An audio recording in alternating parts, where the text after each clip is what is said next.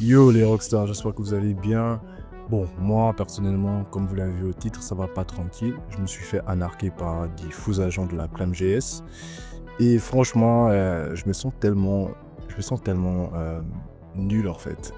Tellement naïf parce que au final, je m'attendais pas à ça. Moi qui pensais que j'étais si prudent que ça, bah au final, bah voilà quoi. Comme vous l'aurez remarqué, pour cette vidéo, je vais pas le faire en facecam, mais je vais plutôt le faire en voix off, parce que bah déjà j'ai pas le matos. À l'heure actuelle, j'ai pas de matos pour faire des vidéos en facecam, et bon, c'est assez compliqué quoi. Et puis encore une fois de plus, désolé pour l'absence sur ma page YouTube, vraiment désolé. J'ai les cours qui me prennent la tête, je suis en fin de licence, bientôt je commence les stages, donc je suis vraiment obligé de rester concentré sur le school quoi, parce que c'est chaud, voilà. Donc les gars, story time sur nous maintenant. Enfin bref, avant de rentrer dans le vif du sujet, il faut d'abord savoir comment ça a commencé en fait. Qu'est-ce qui est passé, comment on a fait pour en arriver là, et voilà. Enfin, il se passe quoi? Il se passe que bah moi je rentre de l'école et tout, je suis fatigué, je sens que bon là je vais aller faire un petit somme, donc je vais faire une sieste. Donc je vais faire ma sieste, je termine ma sieste et tout. Et je me réveille, je me dis, bon, j'ai rien à faire, je vais aller me mettre bien, tu vois, je vais aller me poser et tout. Du coup, je vais me poser, et là, je vois que, genre, je reçois un appel, tu vois. Je reçois un appel, et je sais pas c'est qui, bah, je vois c'est un numéro inconnu, mais je sens que, bon, vas-y, c'est pas grave, je réponds quand même, tu vois. Je réponds. Et c'est un monsieur qui se présente au nom de monsieur Isidore Salabonje, et qui dit être agent de la ClamGS, et qui me pose donc des questions, me demandant donc si j'ai des enfants, si qu'est-ce que je fais dans la vie. Et moi je lui réponds que bah déjà il faut comprendre déjà que je sors du sommeil, donc je suis assez influençable. Donc au moment où je parle avec le monsieur, je me pose des questions, moi j'ai jamais eu de contact avec ces gens-là, les gens de la ClamGS et tout. Et donc je suis assez perplexe donc par rapport à ce qu'il me dit.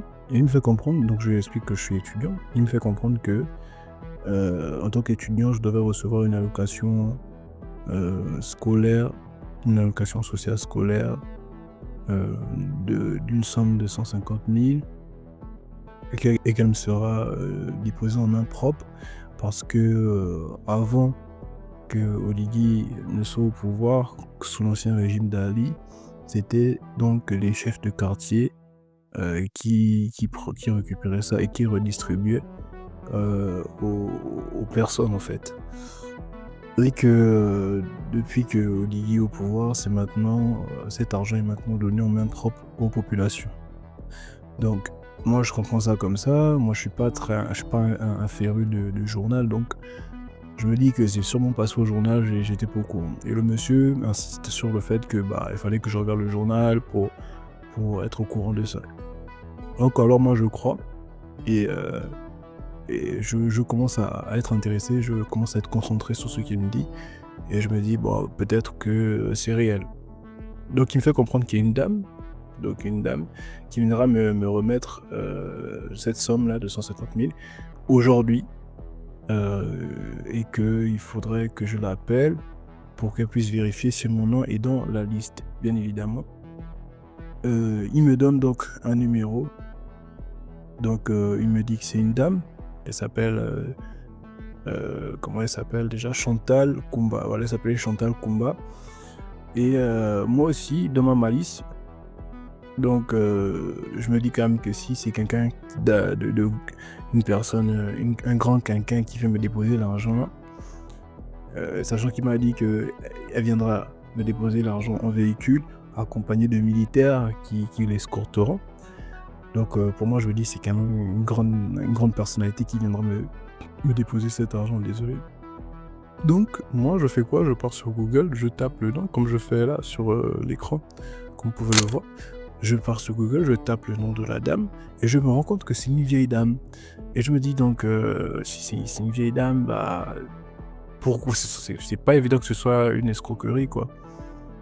Donc je prends le numéro de la dame, j'avais coupé donc l'appel, j'appelle, la dame. Et effectivement, c'est bien une vieille dame qui me répond. Et je suis assez troublé de me rendre compte que c'est réel, quoi. Donc c'est une vieille dame qui me répond et tout. Donc c'est réel et tout. Donc la dame me dit non, pour récupérer mon allocation sociale, donc pour qu'elle vienne me déposer ça, il faudrait que je lui donne au préalable mon code d'identification sociale. Et là, moi, je lui fais comprendre que moi, je n'ai pas de code d'identification sociale. C'est la première fois que ce genre de choses m'arrive dans des histoires d'allocation sociale. Elle me dit donc que pour avoir cette allocation sociale, il faudrait donc que j'appelle à nouveau donc Monsieur Isidore qui possède donc ce code-là. Donc je coupe l'appel et j'appelle Monsieur Isidore. Monsieur Isidore me fait comprendre que pour recevoir le code d'identification sociale, il fallait qu'au préalable que je cotise pour l'association Femmes et Veuves Enfants de Gabon et que si je n'ai pas cotisé, je ne peux pas avoir mon code d'identification sociale. Et que vu que je suis un retardataire et que je suis l'une des dernières personnes à donc récupérer mon allocation sociale, il pourrait donc m'aider à payer donc les frais parce que apparemment il fallait cotiser, donc la cotisation était de 12 000 francs CFA selon lui et qu'il fallait donc que je paye ça. Au moment même où je parlais avec lui au téléphone, donc que j'envoie les 12 000 francs CFA. Et moi je lui fais comprendre que moi j'ai pas les 12 000 en fait, j'ai pas d'argent, j'ai pas vraiment d'argent sur moi.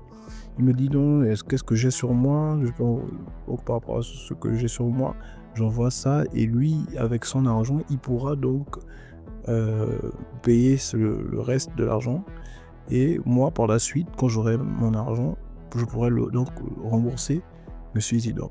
Et moi je sens que ok, il n'y a pas de souci, je lui dis que j'ai 5 000 et que je pourrais envoyer ça maintenant pour pouvoir donc avoir mon code. Donc il me dit d'envoyer les 5 000, donc je me presse, vraiment j'étais comme si j'étais hypnotisé. Donc je me suis levé directement, je suis allé prendre mon argent, je suis allé chez le boutiquier, j'ai fait le dépôt sur le numéro qu'il m'avait donné au téléphone et dans le numéro appartenait donc à donc un soi-disant agent du trésor public et que notre appel serait donc chiffré et écouté. Donc si je n'envoyais pas l'argent, je devais être pisté, ainsi de suite. Donc ça me met encore dans la confiance et tout, de me dire que oui, c'est sérieux et tout. Donc moi je pars, j'envoie l'argent et tout. Je rappelle le tonton.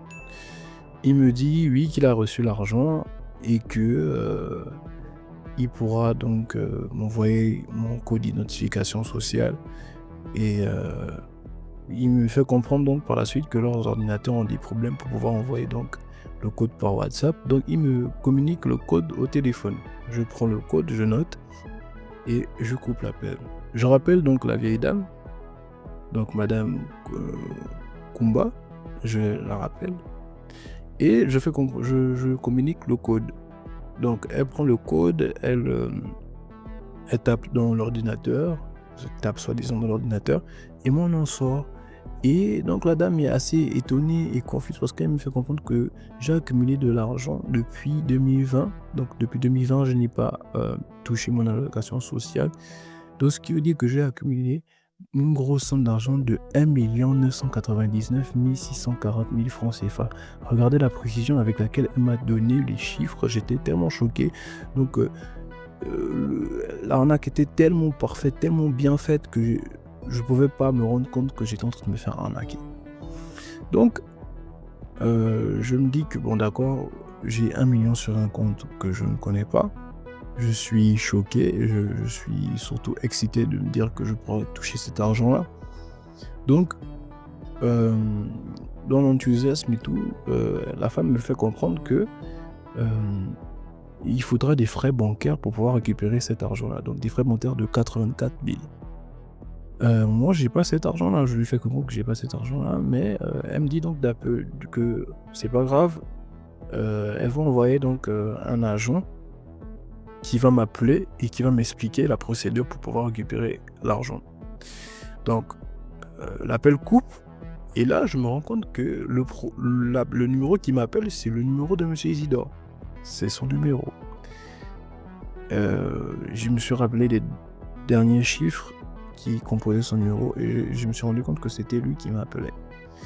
Du coup, il me fait comprendre que pour récupérer cet argent-là, il faudrait, comme disait la dame, donner des frais bancaires. Donc, de lui, au lieu de me dire 84 000, il me dit 64 000. C'est là, moi, je me dis, mais attends, elle m'a dit 84 000, lui, il me dit 64 000, mais c'est pas cohérent. Mais bon, je reste sur mes gardes, donc je regarde, je me dis que mais c'est assez bizarre. Hein. Tu vois, là, je commence à me douter d'un truc. Du coup, il me fait comprendre que bah, si je n'envoie pas cet argent-là aujourd'hui, demain ce sera plus possible parce qu'ils vont s'occuper d'autres clients, donc des femmes enceintes et tout et tout. Et là, je me dis, bon, c'est compliqué, donc je dis au monsieur que bah, moi je peux pas trouver 64 000 maintenant. Il me dit non, ils ont une politique de dissociation sociale qui permet donc de faire en sorte de réduire de casser le prix en deux pour pouvoir donc permettre à la personne d'avoir l'argent et de pouvoir par la suite donc rembourser le manque. Donc il me fait comprendre que si j'envoie 32 000, ils pourront donc me libérer les 1 million. Donc moi je suis tout excité et tout, je fais comprendre que bah je suis désolé, j'ai pas d'argent. Donc je vais devoir aller voir mon entourage pour qu'ils puissent me libérer ça.